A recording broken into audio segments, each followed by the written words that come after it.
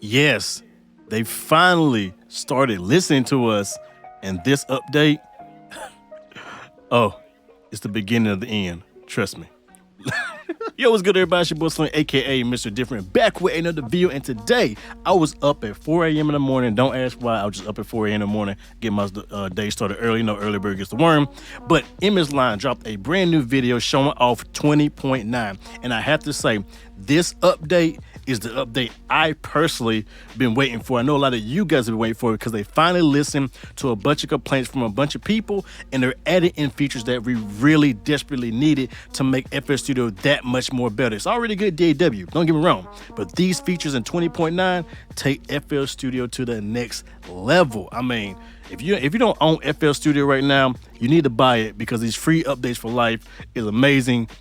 And no other DAW company is doing that. So yeah, you need to buy FL Studio. So let's go ahead and talk about the new updates that I think are, or pretty much worth it for me personally. I'm not gonna do all the individual updates because there are a lot of updates. I will leave a link in the description below to the full length video and the minute-long video that go over all the updates. But I'm just gonna talk about the ones that I really enjoy and I think are really gonna be beneficial to me and my workflow personally. So let's jump into it. So right now, we're inside of FL Studio 20.9, and it looks the same just about, but there are a few new features in there and a few new things and a few new ways of working with it. So first off, let's just go ahead and jump and start off with the new plugins, because I think it's gonna be easy to talk about. There's 3 new plugins, and we're gonna talk about that and move on from there. So first off, we're gonna talk about the new plugin Pitch Shifter. Now, Pitch Shifter is, well, a pitch shifting plugin made by Image Line. So it's really dope because it has 2 different algorithms. The voice, which is like your normal pitch shifting stuff for you're doing voices and stuff like that.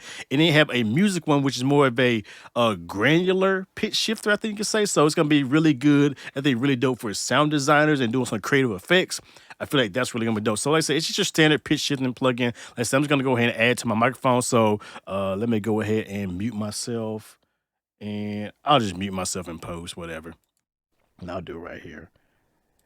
That way it's not doubling, but I do have a delay, so it don't really matter. But anyway, as you can see, I got my voice in there, and with Pitch Shifter, I can shift my voice down lower or make it higher. I can form it, shift it up or down, and get some pretty interesting effects right there. So yeah, that's Pitch Shifter. Let me bring myself back. So yeah, that's Pitch Shifter pretty much. I mean, you got some pretty good controls. They have some format correction. They have different algorithms to, they have a fast and an accurate mode, which should give you a better pitch shifting effect and, when it shifts the notes. And you also have some delay and feedback to it as well. So you get some really interesting, like I said, sound design type of stuff. And then they also have the musical one, which let's go and see what that sounds like on my voice. So this is the music algorithm, and it should have some jitters and stuff like that. So yeah, so now we can add some feedback and some delay, I guess. I mean, oh yeah. Oh, see what's right? That is.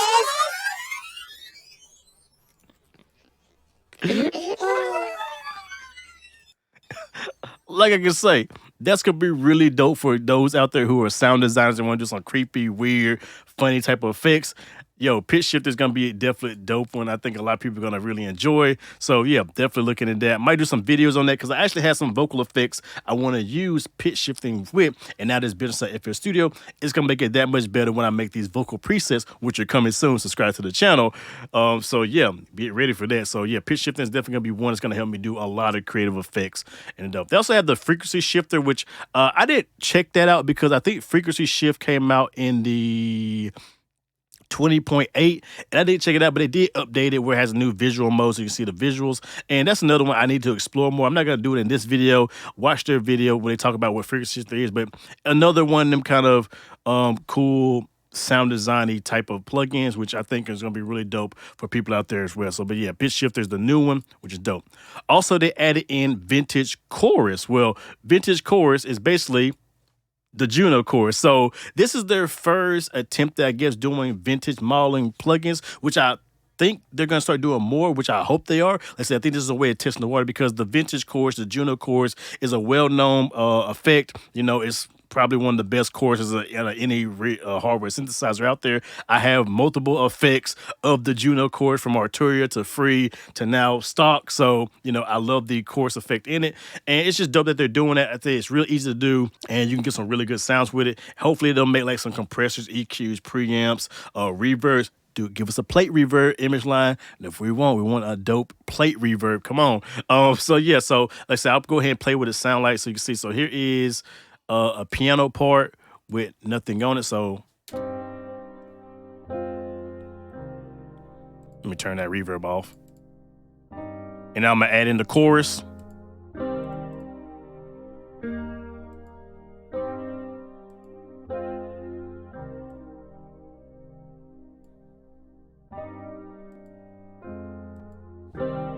So just a nice lush chorus. Not only do they have the standard 1, 2, and then both modes. I think we can do the both mode. Can you? Yeah, by holding shift, you can actually do the double mode, which amplifies it.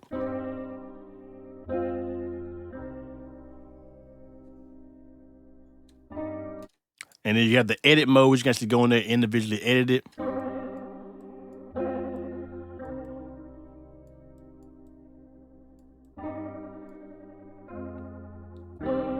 You can tempo sync of the chorus, free it, change the mono. It also has noise built into it, which I don't know why you would need noise in there, but hey, the Juno did have noise, which the Juno is one of the synthesizers I really want to get. Right now, I don't have the money for a Juno, but when I find one that's in good condition at a reasonable price, I'm going to buy me a real Juno because of the chorus and just the fact that Juno's a really good synthesizer. It sounds good to this day.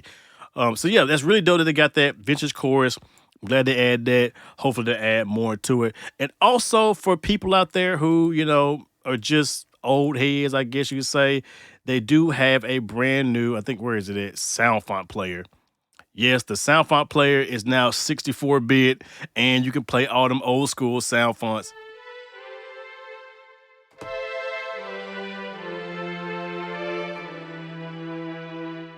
So for all the boomers out there, all the old school producers out there who've been collecting sound fonts for years, now you can bring them old sound fonts back to life, which I actually have a bunch of them that I need to go find in my old hard drive, because there are some really old sound fonts that I have that are really good, and I would really love to go back and mess around with to this day. So that's pretty cool right there. So, we might see some old school trap beats coming back out, like the old school Metro Boomin, Lex Luger, and stuff like that, Shawty Red type of beats coming back in the near future. Who knows? So yeah, that's dope sound font player. So those are the 3 new plugins right there.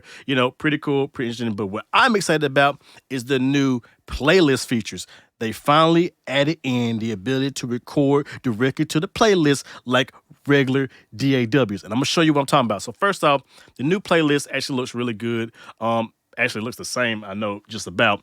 But you can now highlight each track, and you can actually double click and highlight, or you can hold and drag and select multiple tracks. Now, why is this a good thing? Well, if you have something like this, like a beat, I'm just gonna go ahead and show you. If I restart this, reset it, now you can right click after you select everything, right click and click this auto name button, and watch this.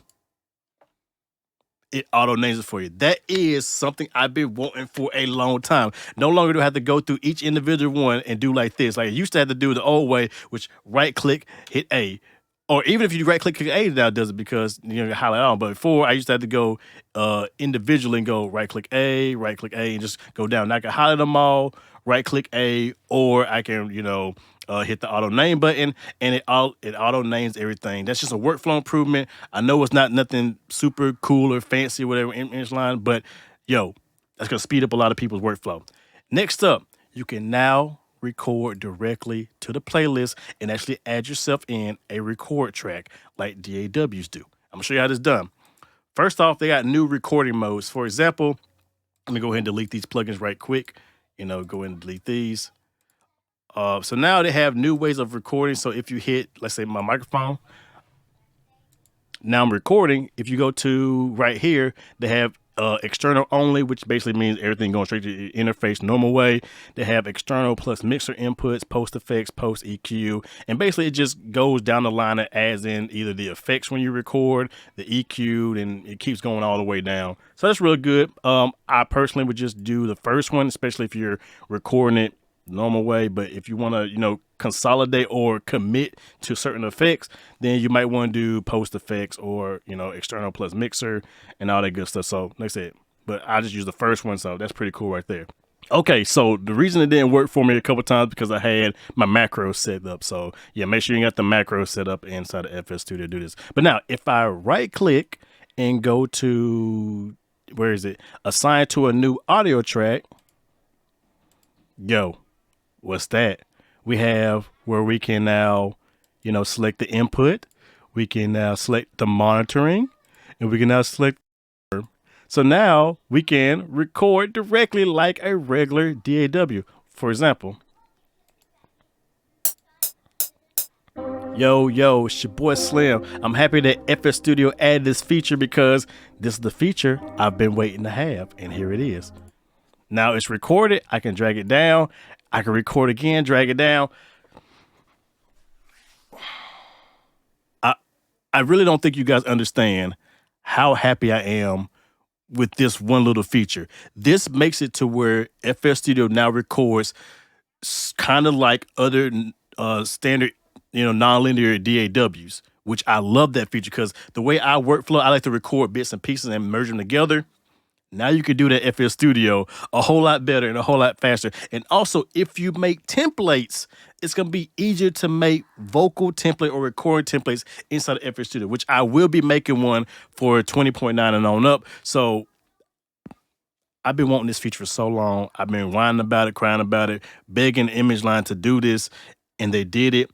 And I couldn't be more happier. Now this makes it to where I really don't want to jump outside of FL Studio for my own personal projects to record and all that. But like I said, if you want to, you can still do that. Of course, you can still, do that. But I feel like for my personal projects, I can just stay in FL Studio and do everything from start to finish. I love that. And with that being said, they actually have a new merge function. So I think if you highlight everything, and now I think it is Alt G, or is it Alt G or is it Control G? Yeah, Control G now merges. So if you do multiple takes, see how it merged all this into one clip now? Now it's no longer separate clips. If you didn't see that, let me just do that again. So this top one, I'm going to highlight all this top one. I'm going to hit Control G, and it's going to consolidate this because it's audio, of course. Boom. And now it's just one track. It's one complete track, which, that's going to make, the merging process a whole lot easier, which I'm looking forward to that. Like I said, of course, with MIDI files, it's just instantly with MIDI files, like I said, one complete track. If you have multiple audio files, you can drag them all down, highlight them all, hit Control G, and you can merge them. Like they are making things a whole lot easier for the recording process. I love that. You can also copy, I think you could copy mixer presets now. What I mean by mixer presets, if you have effects with automation, you can now clone them, which is really dope. Like I said, the merge feature's new.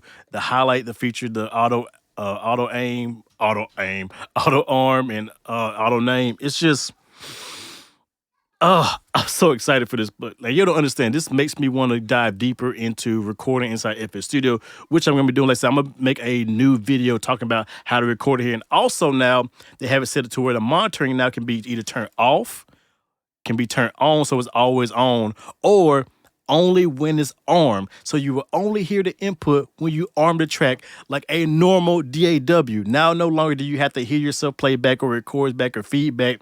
It now does that. I love that feature. ImageLine, thank you.